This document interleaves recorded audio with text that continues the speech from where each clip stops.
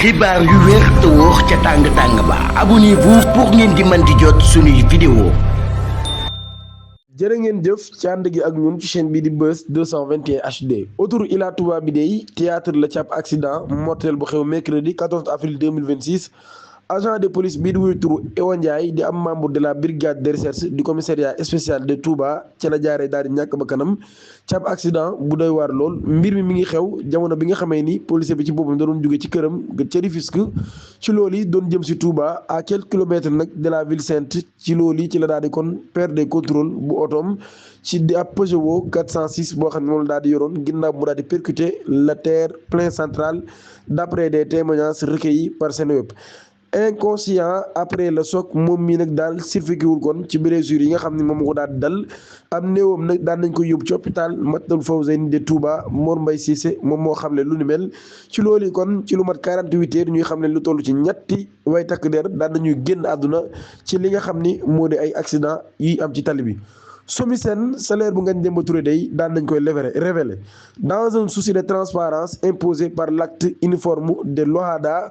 la société des mines de Sénégal SOMISEN SA moom mii day daan nay rendre public l'état des rémunérations de son top management pour l'exercice écoulé. le document ci boppam nag ñaari koy signé le 6 février daan nay kon dindi muuraay gi nga xam ni nekkoon na ci salaire u cadre yi nga xam ne ñoo nekk foofee wala sax ñi nga xam ni ñoom ñooy les cadres les mieux rémunérés de la structuration wala sax de la structure.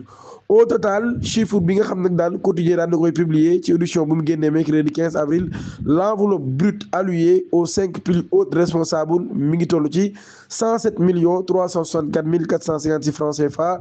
en tête de classement nag directeur général ba di Ngagne Demba Touré moom moo daal di nekk moom mi rémunération annuelle am nag mi ngi toll ci 30 370 073 francs CFA muy 2,5 millions de francs CFA par mois.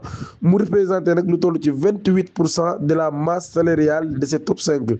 derrière lui nag daal yeneen membre yu direction boobee nag daal di am ay salaire annuel brut yu toll ci diggante 15 jàpp 21 millions. ex directeur administratif bi ak financier bi nag daal ñi ngi jot 21 551 092 francs CFA. conseiller technique bi topp ci 20 993 611 francs CFA. l'assistant du directeur général émergé à 18 609 180 francs CFA, tandis que le directeur du portefeuille et des partenariats ferme la marche avec 15 840 500 francs CFA. loolu kon mooy li nga xam ni ñu ngi koy am ci ay salaire at mu jot di kon loo xam ni moom mooy masse salariale ñi nga xam ne ñooy 5 cadres yi ñuy gën a fay ca SOMISEN SA. di ñaan ngeen abonné activé cloche notification bi te aimé vidéo bi jërë ngeen